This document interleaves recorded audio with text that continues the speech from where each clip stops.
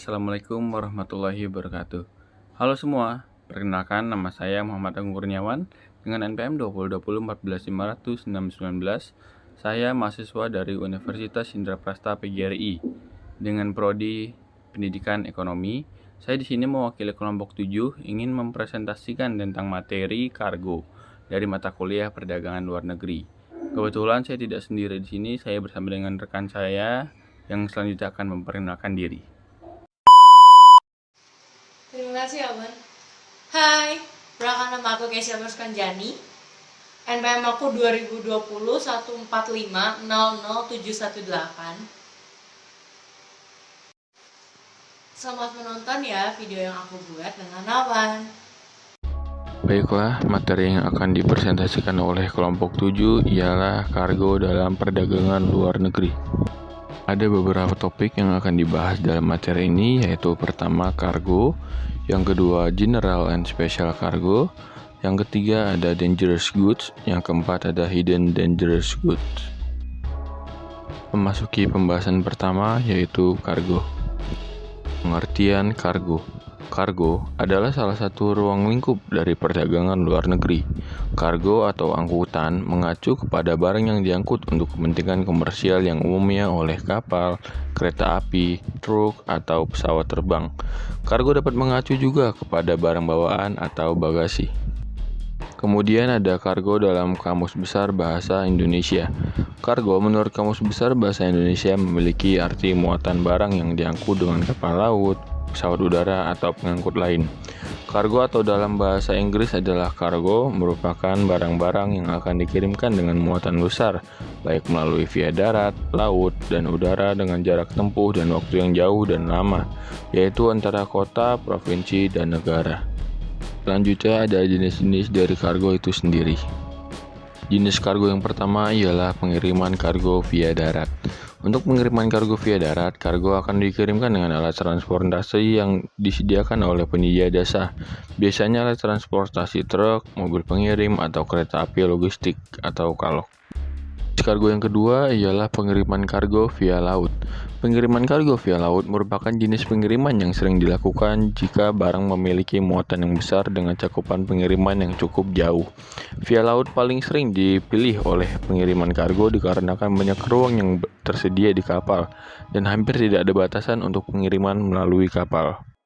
Jenis kargo yang ketiga ialah pengiriman kargo via udara.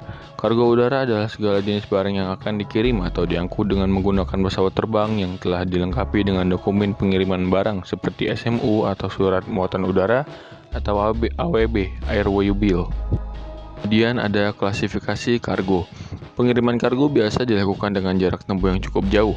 Oleh karena itu, barang jasa kargo diklasifikasikan ke dalam dua golongan, yaitu general cargo dan special cargo, serta tambahan klasifikasi kargo yaitu dangerous goods and hidden dangerous goods, sehingga penulis mengklasifikasikan kargo menjadi 4. Poin pertama ada pengertian general cargo.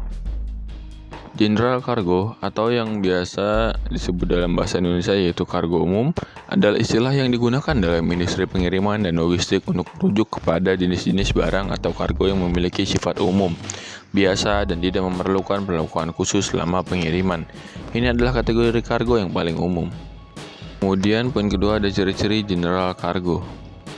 Ciri general cargo yang pertama ialah tidak bersifat berbahaya. General cargo umumnya tidak mengandung bahan-bahan berbahaya yang dapat membahayakan manusia atau lingkungan. Yang kedua, tidak memerlukan pengaturan suhu khusus. Barang-barang ini dapat disimpan dan diangkut pada suhu ruangan normal. Yang ketiga, tidak mudah rusak. General cargo biasanya tahan terhadap guncangan-guncangan biasa selama transportasi. Yang keempat, tidak memerlukan fasilitas penyimpanan khusus. Mereka dapat disimpan di gudang umum atau fasilitas penyimpanan biasa. Kemudian ada contoh-contoh general cargo. Berikut ini adalah contoh-contoh general cargo. Yang pertama adalah pakaian, kemudian ada peralatan rumah tangga, elektronik konsumen, makanan kering, buku, atau berbagai barang sehari-hari lainnya termasuk dalam kategori general cargo. Memasuki poin klasifikasi yang kedua ialah pengertian special cargo. Special cargo adalah jenis kargo atau barang yang memerlukan perlakuan atau pengaturan khusus selama pengiriman atau yang memiliki karakteristik khusus yang memerlukan perhatian tambahan. Ini adalah kategori kargo yang memerlukan perawatan lebih dari yang umumnya diberikan kepada general kargo. Selanjutnya ada ciri-ciri spesial kargo. Ciri-ciri spesial kargo. Yang pertama ialah dapat bersifat berbahaya. Spesial kargo seringkali termasuk dalam kategori barang berbahaya seperti bahan kimia beracun, bahan peledak, atau bahan beracun lainnya. Yang kedua, memerlukan pengaturan suhu khusus. Beberapa spesial kargo memerlukan suhu terkendali seperti kargo dingin atau beku. Ciri spesial kargo yang selanjutnya ialah rentan terhadap kerusakan. Kargo khusus mungkin rentan terhadap kerusakan akibat goncangan atau pengaruh lingkungan selama pengiriman. Selanjutnya, memerlukan fasilitas penyimpanan khusus. Mereka mungkin memerlukan fasilitas penyimpanan yang dilengkapi dengan pelindungan tambahan atau suhu terkendali. Contoh-contoh dari spesial kargo. Contoh dari spesial kargo yaitu ada bahan kimia berbahaya, produk farmasi, bahan makanan yang memerlukan suhu terkendali seperti daging beku, peralatan medis yang sensitif, kendaraan berat, barang seni berharga, atau barang besar dan berat yang memerlukan perawatan khusus termasuk dalam kategori spesial kargo. Dalam cakupan general dan spesial kargo, pemahaman yang baik tentang perbedaan antara general kargo dan spesial kargo sangat penting dalam perencanaan pengiriman dan logistik. Karena kedua jenis kargo ini memerlukan perlakuan dan pengamanan yang berbeda selama proses pengiriman. Selain itu, regulasi dan persyaratan yang berlaku juga dapat bervariasi berdasarkan jenis kargo, sehingga pemahaman yang tepat tentang jenis kargo yang Anda kirimkan sangat penting untuk memastikan keberhasilan dan keamanan pengiriman. Kemudian ialah pengertian dangerous goods. Dangerous goods atau barang berbahaya juga dikenal sebagai hazardous materials atau hazmat. Dalam beberapa konteks, merujuk kepada jenis barang atau bahan yang memiliki sifat berbahaya yang dapat membahayakan manusia, hewan, lingkungan, atau properti jika tidak ditangani dengan hati-hati atau diangkut dengan benar.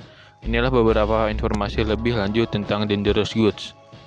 Kemudian ada klasifikasi dangerous goods. Dangerous goods diklasifikasikan berdasarkan jenis bahaya utama yang mereka hadirkan. Klasifikasi ini membantu dalam pengaturan, pelabelan, dan pengangkutan yang tepat. Jenis bahaya utama dangerous goods meliputi yang pertama beracun, bahan yang dapat menyebabkan keracunan jika terpapar. Yang kedua peledak, bahan yang dapat meledak jika terpapar panas atau tekanan. Yang ketiga mudah terbakar, barang yang mudah terbakar atau dapat memicu kebakaran. Yang keempat ada radioaktif atau bahan yang menghasilkan radiasi berbahaya.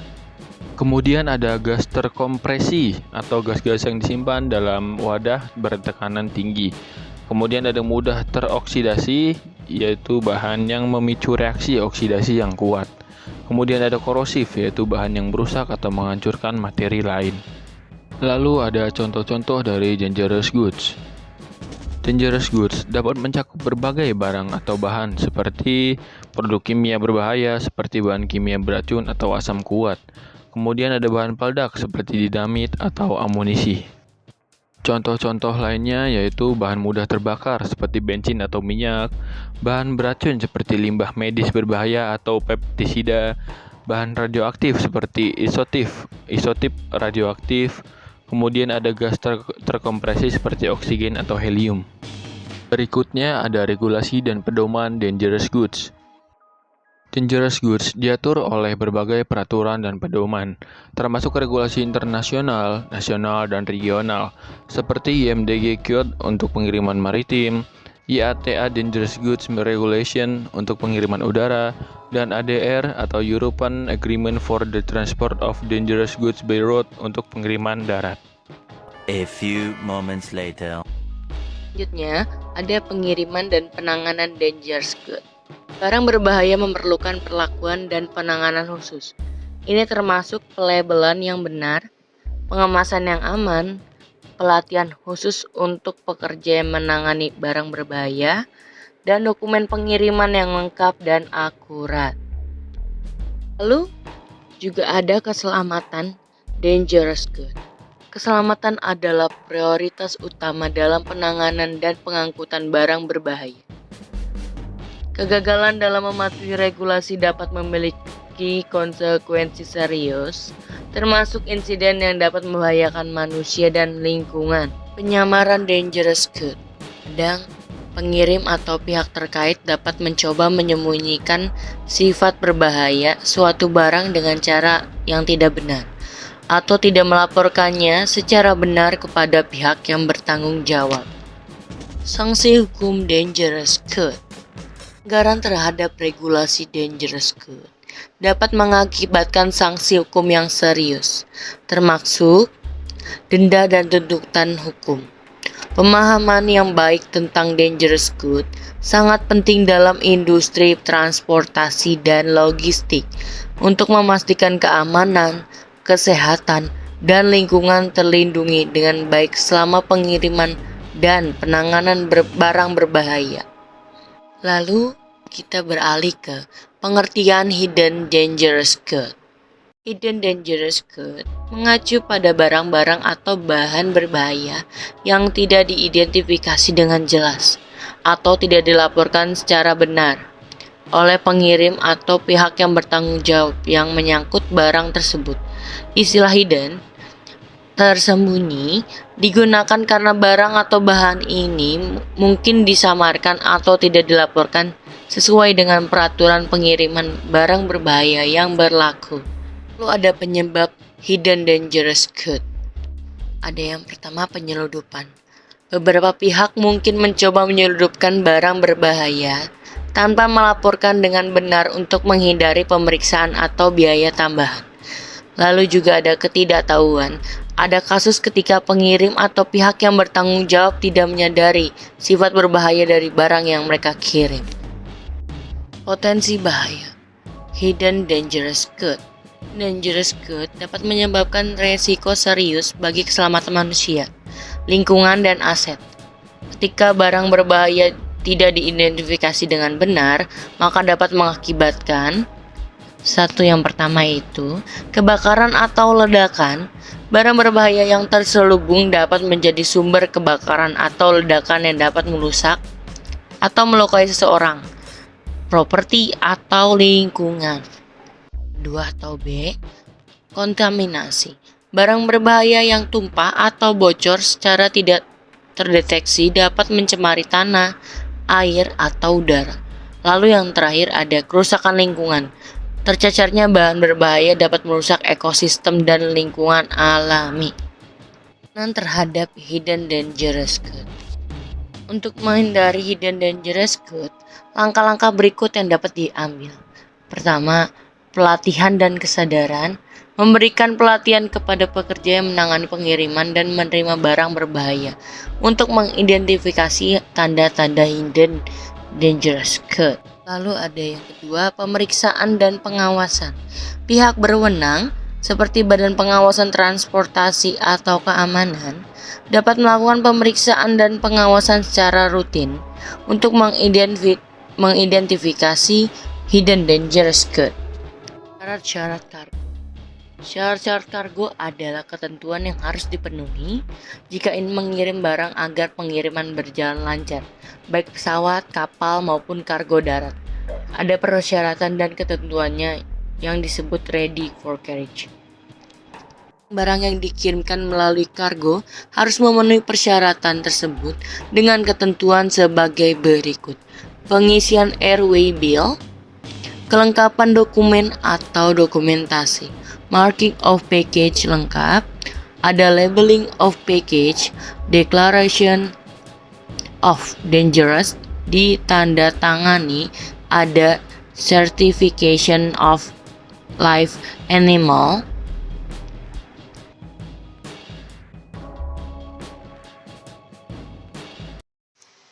Terima kasih ya sudah menonton video aku dengan Kurniawan. Semoga bermanfaat. Jangan lupa share ke teman kamu yang sedang membutuhkan video ini. Dah.